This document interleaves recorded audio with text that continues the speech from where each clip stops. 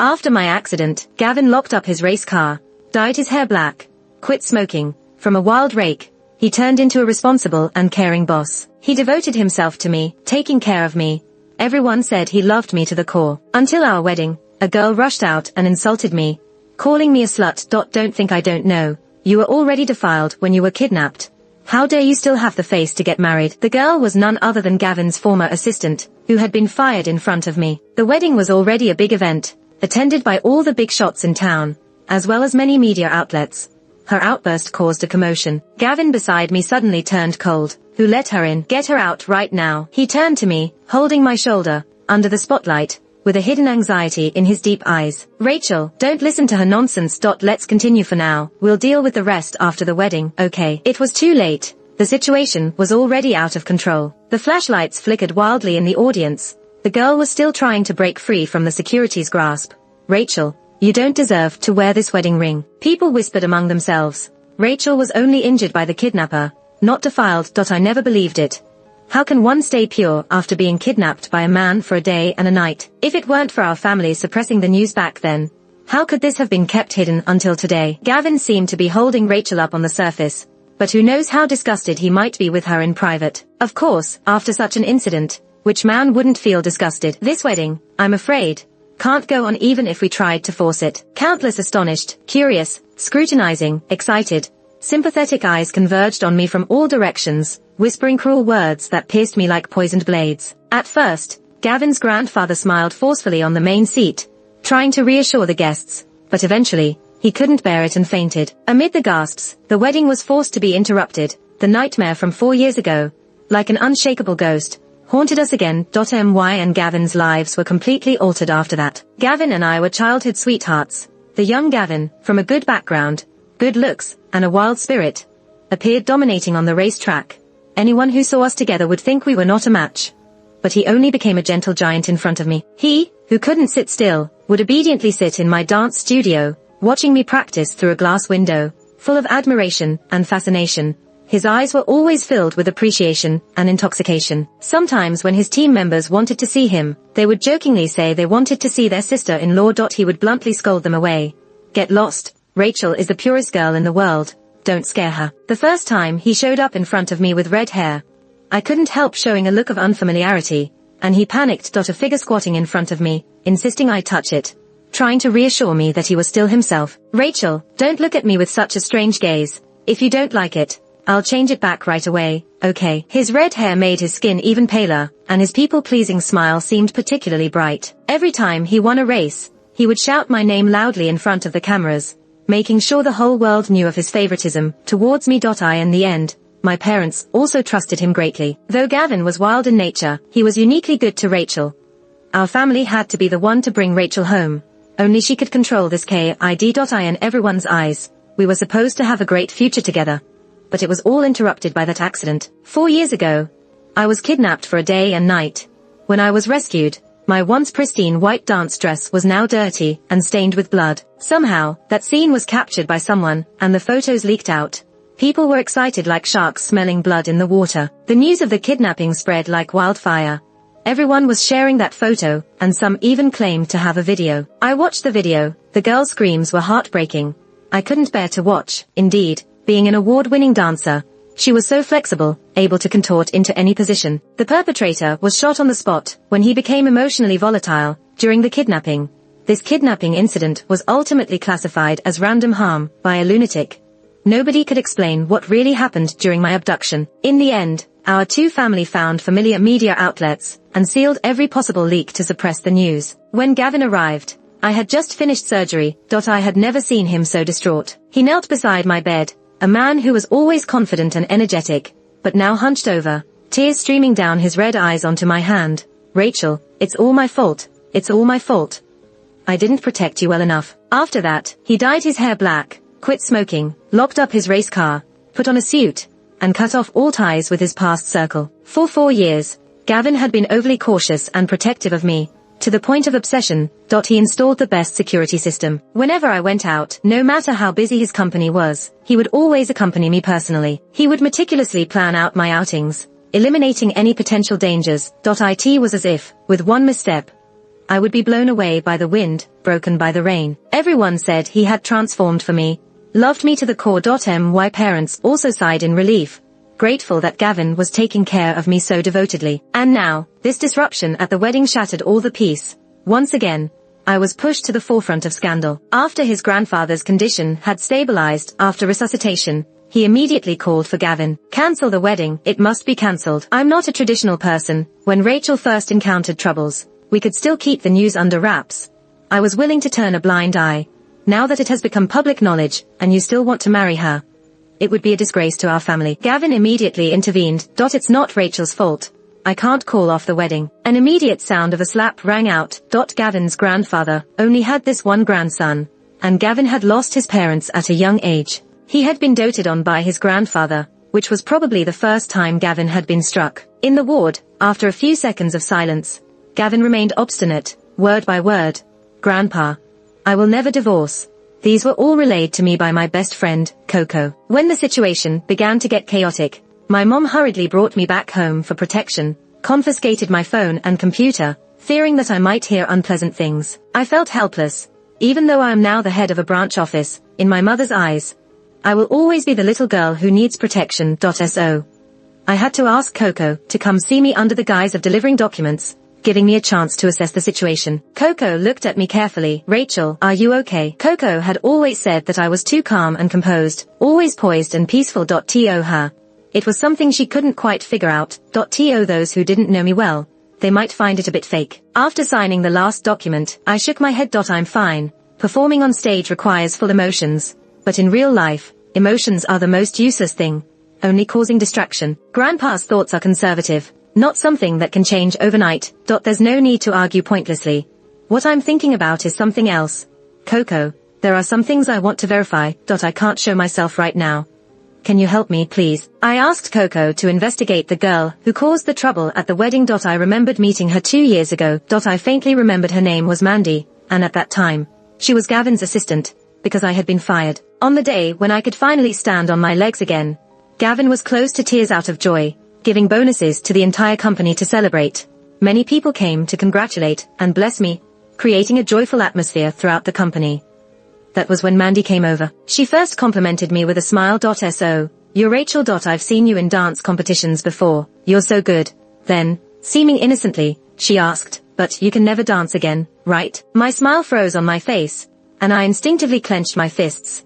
She didn't seem to notice my expression, and asked again, don't you think you're now a burden to Gavin? Before I could react, Gavin blocked her in front of me, reprimanding her sternly. If you can't speak well, then be quiet. Go to HR and resign, you're fired. Mandy had a temper too. She glared at me, then turned and ran off. That time, I was puzzled. The role of a CEO's assistant requires finesse in speech and demeanor. Why would such a tactless girl be put in that position? But Gavin's decisive action in drawing a line made me not think much about it, thinking that the matter was settled. Yet, at the wedding, the position where Mandy stood up was clearly within the area reserved for the company's executives. Until the matter is clarified, I will not blindly marry Gavin seeking refuge. Coco mobilized many resources, but couldn't find Mandy, not just her. With the commotion at the wedding being so significant at this moment, my parents, the hotel, the media, the police, many people were looking for Mandy. But she seemed to have disappeared into thin air. No news at all. Even the hotel surveillance mysteriously vanished. Coco took a deep breath, sat in front of me, looking very serious. Rachel, I've gathered some information after a lot of effort. But, Rachel, you must be prepared. Coco pulled out an old photo. It was a racing driver holding a helmet. The moment I saw that face, my heart clenched suddenly. It was the same person who kidnapped me back then. Coco showed me another group photo. And this was 5 years ago. A photo of Gavin's racing team. She pointed to an inconspicuous figure in the corner. Mandy was right here. At that age, Mandy had her hair tied in a ponytail, looking somewhat green, wearing the uniform of a repair shop, gazing admiringly at Gavin in the center of the crowd. Her admiration was evident to anyone. Mandy was initially a general helper in Gavin's racing team, and everyone in the team knew that she was crazy about Gavin, jokingly referring to her as Gavin's fan. But Gavin only had eyes for you. So no one took her seriously. 4 years ago, a driver from another racing team, who later kidnapped you, insulted Gavin. It was normal banter between competitors.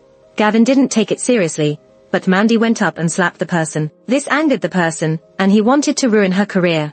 Gavin, standing up for Mandy, proposed a race and deliberately caused an accident during the race to harm the person. This made the person hold a deep grudge against Gavin and unable to take revenge on him, which led to him kidnapping you. Coco's voice rose with anger as she spoke. No wonder Gavin feels so guilty. In the end, it was he who caused you harm. And even after all that, he still kept Mandy by his side. What was he thinking? No one knows. The truth finally unfolded. No wonder he felt so guilty. No wonder he disbanded his beloved racing team so quickly and severed ties with his old friends. I had to take several deep breaths to suppress the suffocating pain in my chest. I had always been devoted to my dancing since a young age, either rehearsing or competing, never stepping into Gavin's inner circle. So only today do I realize my unwarranted misfortune, my years of pain and suffering, my abandoned path of dance. All of it was because Gavin played the hero for Mandy. I suddenly remembered the young Gavin, riding a motorcycle, with a bright smile, handing me a pink helmet specially prepared for me, saying he wanted to take me to see the sunset. Back then, he enjoyed excitement and noise, and I always cautiously assessed the probability of risks, unwilling to easily participate. Gavin would mock me for being timid, and I would earnestly tell him that the thrill of street racing wasn't worth the risk. In the end, Gavin could only helplessly and indulgently assure me. Don't worry, Rachel, as long as I'm alive, I won't let a single hair on your head be harmed, his confident and playful demeanor vivid in my memory. Yet, in the end, the greatest harm I've ever suffered in my life was by his doing. Perhaps, because my face looked so grim, Coco held my hand, already with a hint of tears in her voice. Rachel, what do we do now? I hadn't had time to answer before Gavin's timely phone call came through. I paused and picked up the phone. On the other end, Gavin seemed just finished with work, his voice tired yet gentle. Rachel, Grandpa agreed not to cancel the engagement. I was afraid you would be upset, so I wanted to tell you right away, he said. These few days, you just stay at home. I will take care of all the problems. Don't worry, okay? I pretended to be calm and just replied with a simple okay. Gavin asked about my condition, reminded me to stay at home and rest well, and then hung up the phone. Through our conversation, I became more and more composed. By the time this 3-minute conversation ended, I had hidden away all my emotions. Coco's worried expression turned somewhat surprised. Rachel, are you okay? Your face was as white as paper just now. You almost scared me to death. I'm fine. Crying over spilled milk won't help. So it's better to think about the next steps. When I was explicitly informed that I could never dance again, I was truly heartbroken for a long time. But when I could sit in a wheelchair, I started spending every day at the company, studying and trying to take over some small projects. Keep moving forward. Only by moving forward can one avoid being dragged into the abyss by the past. As far as I'm concerned, Gavin is already out of the picture, but there are too many cooperation projects between our two families, and the interests are too deep for Gavin's infidelity.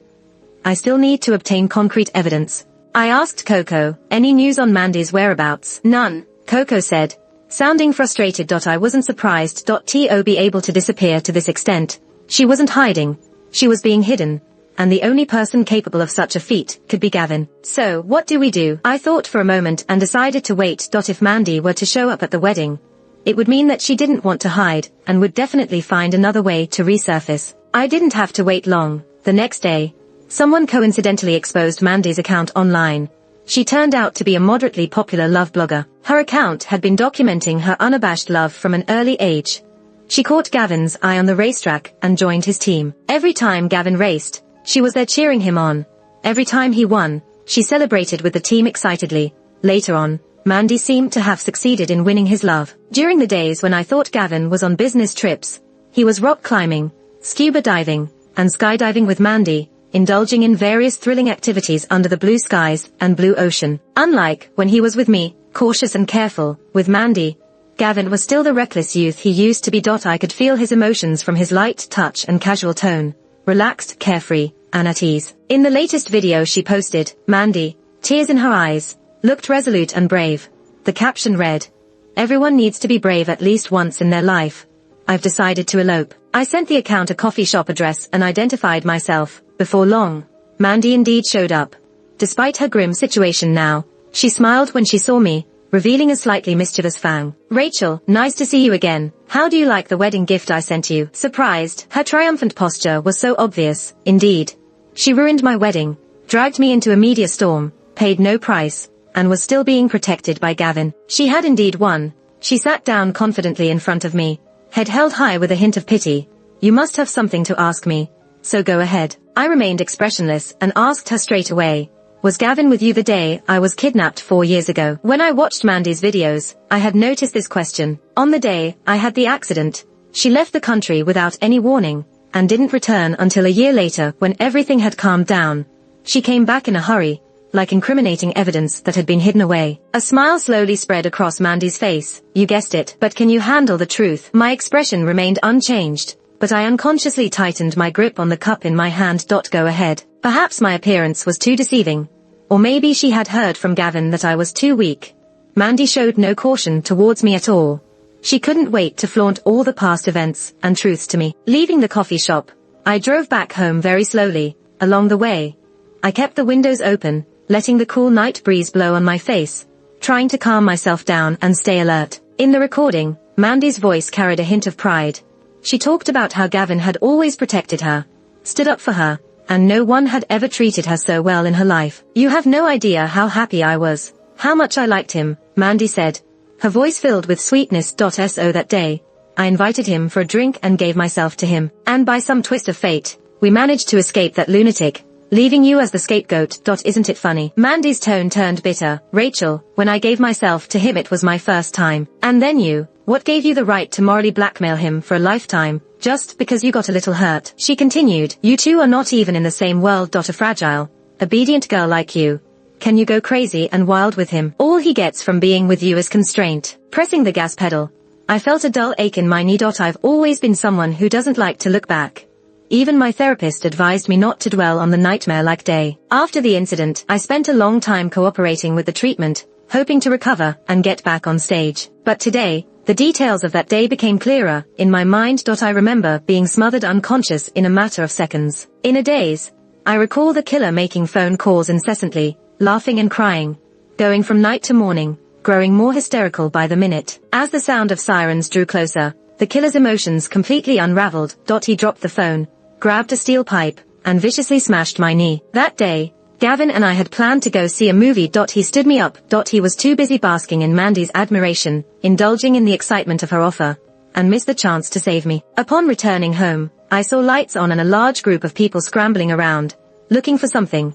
Spotting me, Gavin's eyes lit up, and he rushed towards me, enveloping me in his arms. "Rachel, as long as you're okay, that's all that matters. Promise me, don't ever disappear on me again, okay?" I could feel the tremble in his voice. Over the years, Gavin had grown more composed, rarely showing any extreme emotions, but that day, the way he rushed to my side, filled with concern and nervousness, was the same as now.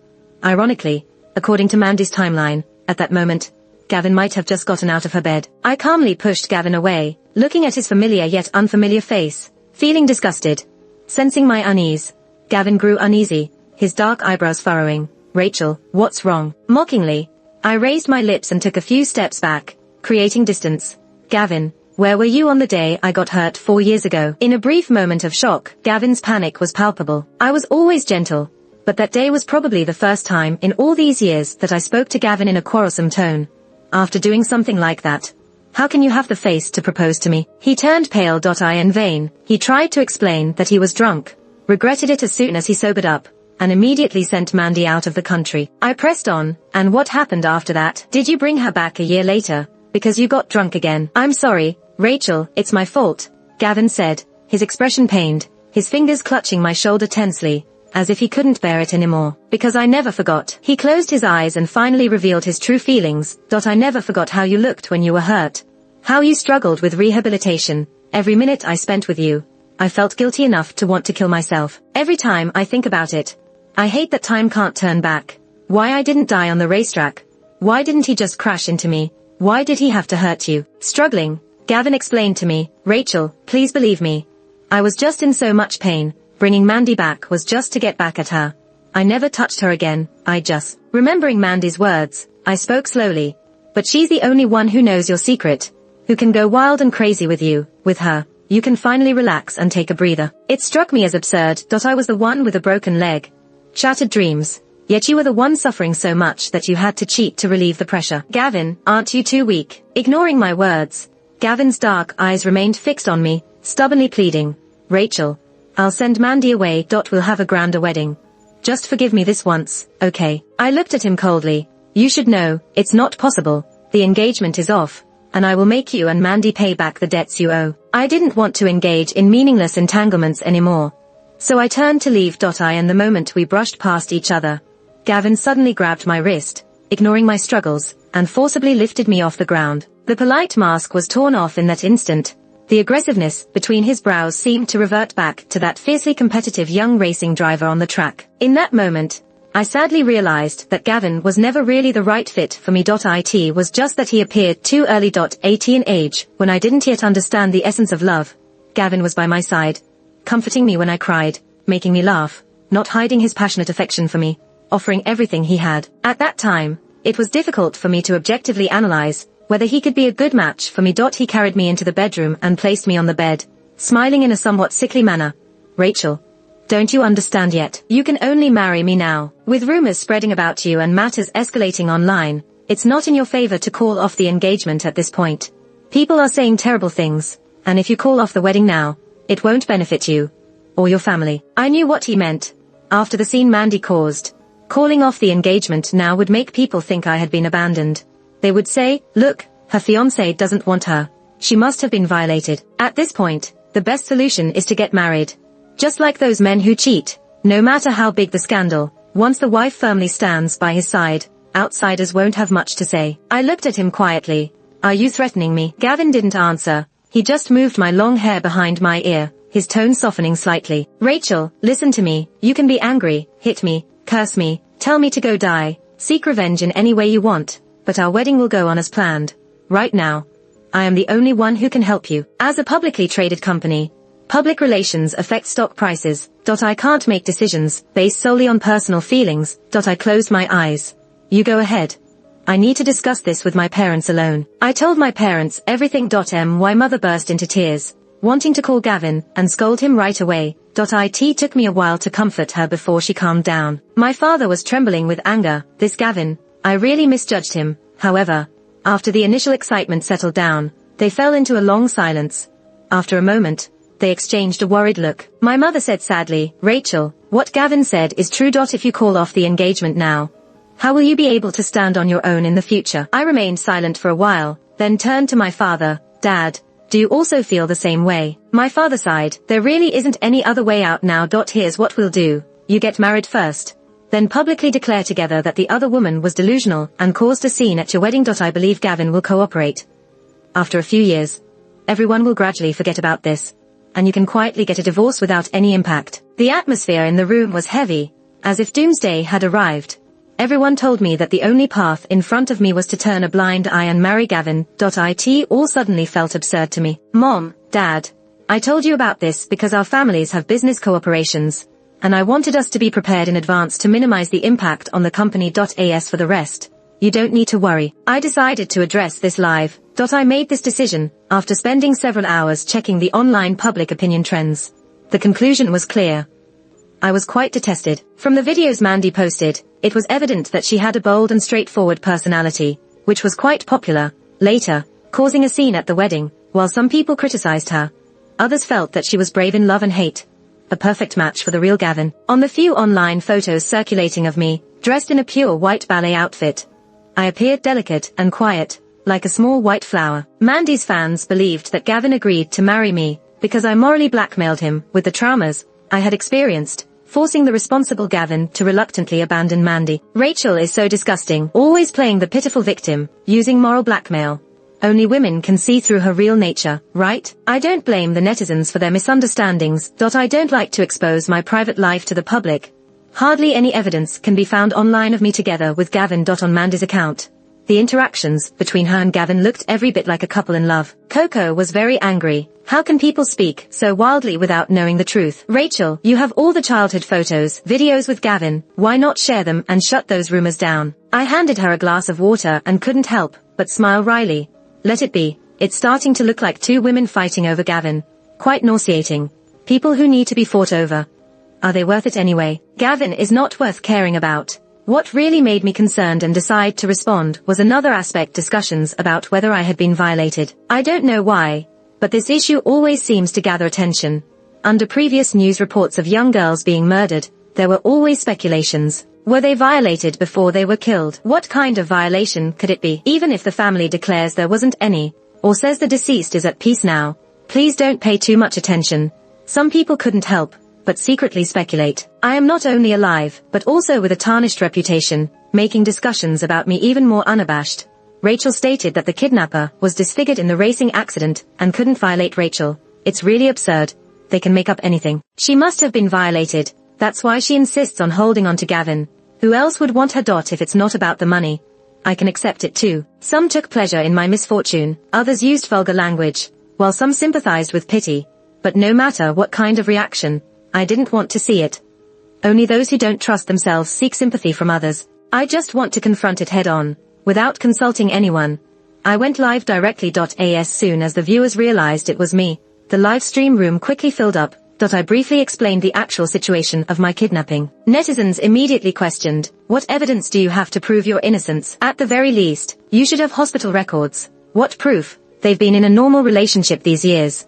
They must have been intimate. What can be found out? Just ask Gavin to come out and speak. That will solve it. For his image, he will obviously defend his fiancé. What can his words prove? As expected, self-justification was never ending. The testimony of the parties involved didn't seem to matter. I have stated the facts, and as for how you view me, I don't care. Netizens began mocking again. If you don't care, why explain live? Just stay hidden behind Gavin. I glanced through, ignored the comments, and got to the point. I hosted this live stream today to express my stance. Pausing for a moment, I slowly began to speak. I would rather be violated than have a broken leg. This sentence fell like a nuclear bomb. After a brief silence, the barrage filled the entire screen madly. What is she saying? Rachel said she would rather be violated. My phone kept buzzing, and Coco rushed in from outside, mouthing words to me with a look of despair. Rachel, you're out of your mind. I calmly watched the barrage swirling on the screen. Specific situations require specific responses, and I must admit that what I said was quite extreme. But if you want people to hear what you have to say, you have to speak boldly. If you want to break stereotypes, you need to shock people with reality. As for the scale and details, once they are taken seriously, they will naturally be further discussed. I ignored the screen full of astonishment, and continued speaking calmly.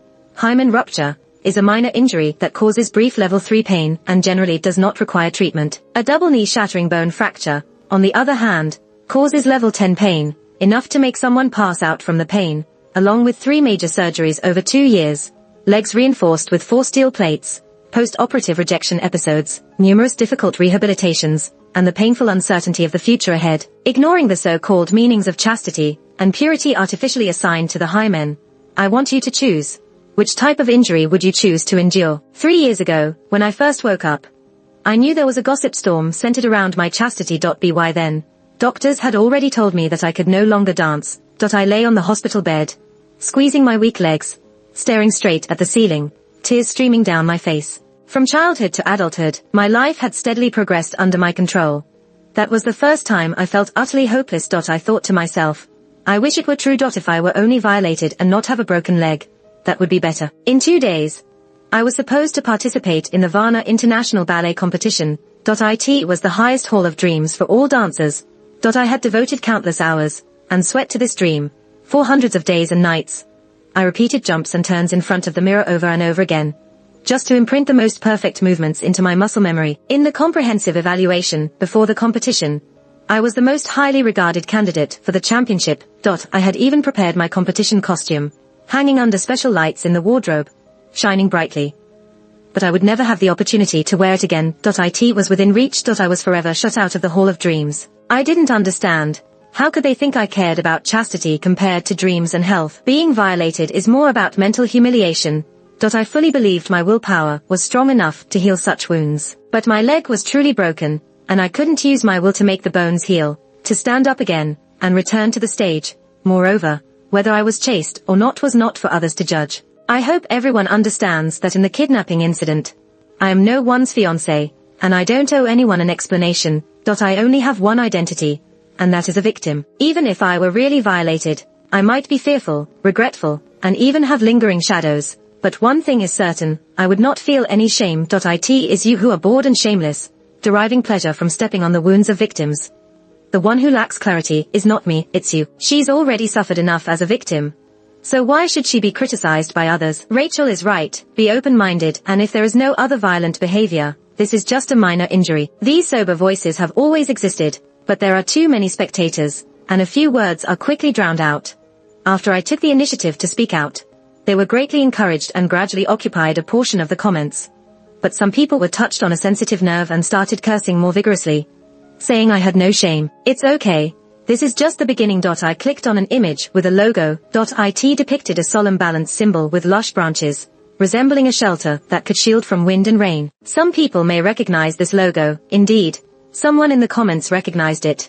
Green Shoots Legal Aid, a completely free organization that specializes in helping disabled people claim compensation. This organization is not related to Rachel, right? This agency was established by me. Over the years of running the company, I have accumulated significant resources and connections. During my treatment, I met some injured workers who couldn't get proper compensation. I promoted a positive company image in a timely manner. Our family business is a socially responsible one, and at my suggestion, we established a public assistance team, doing what we could to help. There was a moment of silence in the comments. Some who had just been cursing suddenly felt a bit embarrassed. I in the live broadcast room. Only a few people were still questioning my intentions. Looking at the camera, I announced, through this incident, I realized that there are people who find it difficult to seek justice. So I have decided to add online violence legal assistance to Green Shoots. We'll start with my case, the rumor spreaders, the online abusers. Everything has been well documented in the past few days. Our legal team is very professional and efficient, with plenty of time and effort to not let any defendant slip through the cracks. I believe that soon, you will each receive a lawyer's letter. I smiled at the camera. Please pay attention to it. This is where reason and force come together. The few negative comments left in the live broadcast room disappeared completely.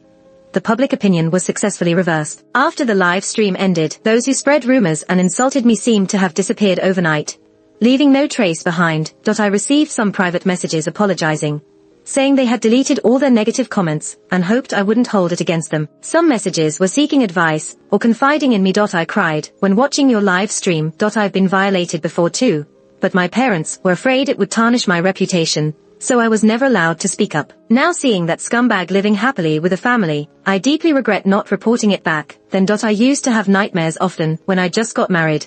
When I finally confided in my husband about being violated, he felt so hurt, believing that I owed him something. Most importantly, later on, I started feeling unclean myself. These years, I have always felt inferior to him and have been trying hard to make up for it. I admire your courage in speaking up, and I truly appreciate you for helping me understand that I am not the one in the wrong. There are so many people enduring the humiliation of being called whores. Many people's living environments do not support them to be brave, so they can only swallow their pain and confusion. I understand their silence, but in order to break this cycle, someone has to speak up first. I don't regret making this decision. The day after the live stream ended, the footage of Mandy and me at the coffee shop where Rachel was kidnapped was timely released. It turns out that it was those two scumbags who were responsible for Rachel's abduction. Mandy was so shameless. Not only was she unapologetic, but she even had the audacity to try to steal a marriage.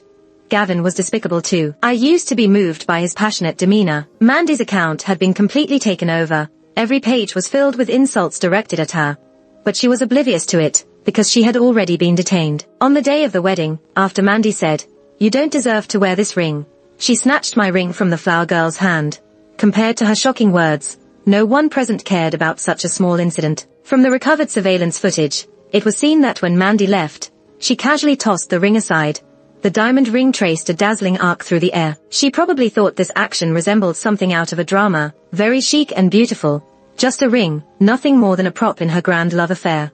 The ring was worth 3 million. Stripped of the romance of fighting for love, all that was left was a bold theft of a substantial sum of public and private property. When Mandy and I pointed her out at the police station, Mandy looked incredulous. "Why? You never cared about how much I spent before. It's just a ring, and you want me to go to jail." She wasn't wrong. If the truth hadn't been exposed, Gavin would have hidden her away again. Just a ring, nothing significant to Gavin. But she forgot a sad fact, that the power to determine her fate was not in her hands. Now that Gavin could no longer manipulate me with public opinion, he was left with no choice but to sincerely plead his case. "Rachel, don't listen to her. Money is the least important thing. I'm generous with everyone in the team. That doesn't prove anything. Mandy stared at Gavin in bewilderment, as if she didn't recognize him. Suddenly, she turned to me, accusatory. It's you. It's you who pressured him, right? You despicable person, pretending to be innocent while being so malicious. I sighed lightly. I can point fingers on my own. Gavin's presence here is entirely his choice. Mandy still couldn't understand.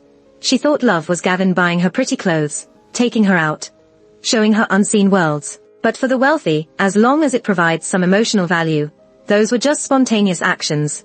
Her whole being was invested in this affair. Their sacrifices were not the same.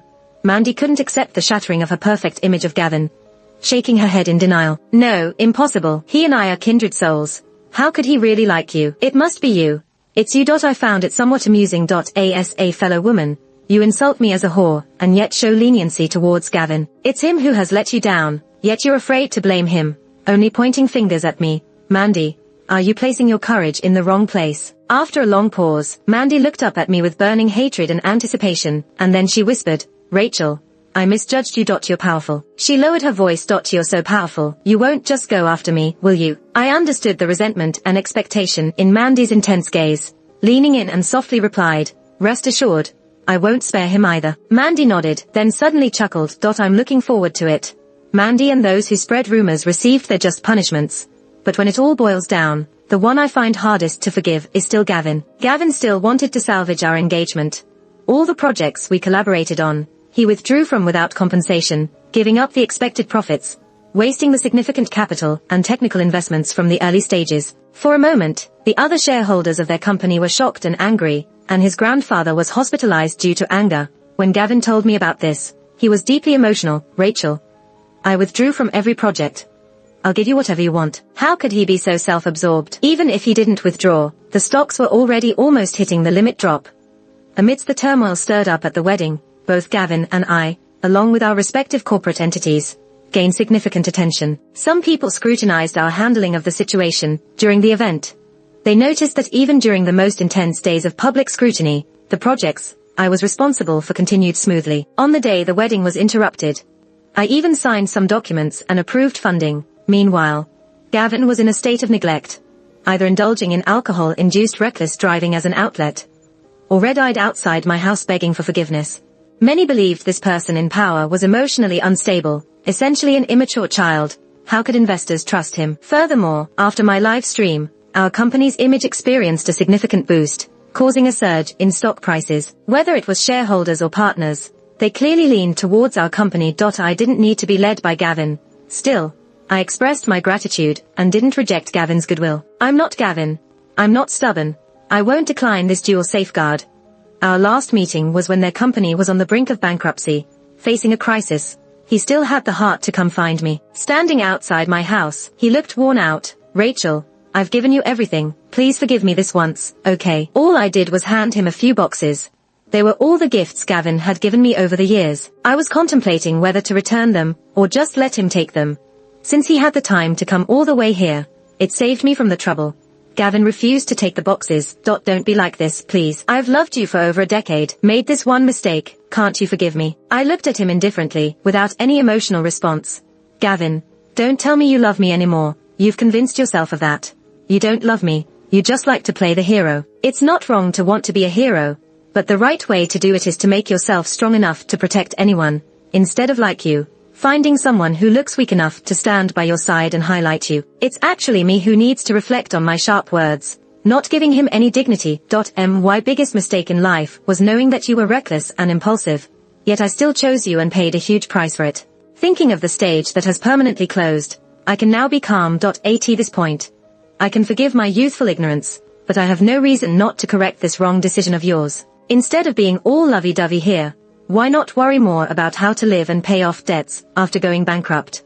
Gavin looked at me in disbelief, as if meeting me for the first time. His body seemed to be tortured by my words, unable to stop shaking. He left in a sorry state, staggering, no longer daring to look into my eyes. The gifts were still left behind. When I had them thrown out, some things fell out and broke. Various crystal balls with dreamy ballet dancers inside, and glass domes covering eternal roses untainted by dust.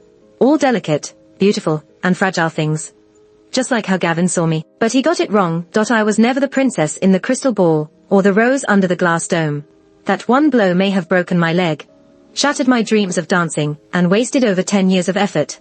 But my life is not over. The years of perseverance and hard work have honed not just my dancing skills, but also my character. I am used to persistence, overcoming obstacles, and taking life seriously. Dance was the first journey of my life. I am the future. I will have countless new journeys ahead. My life does not end here.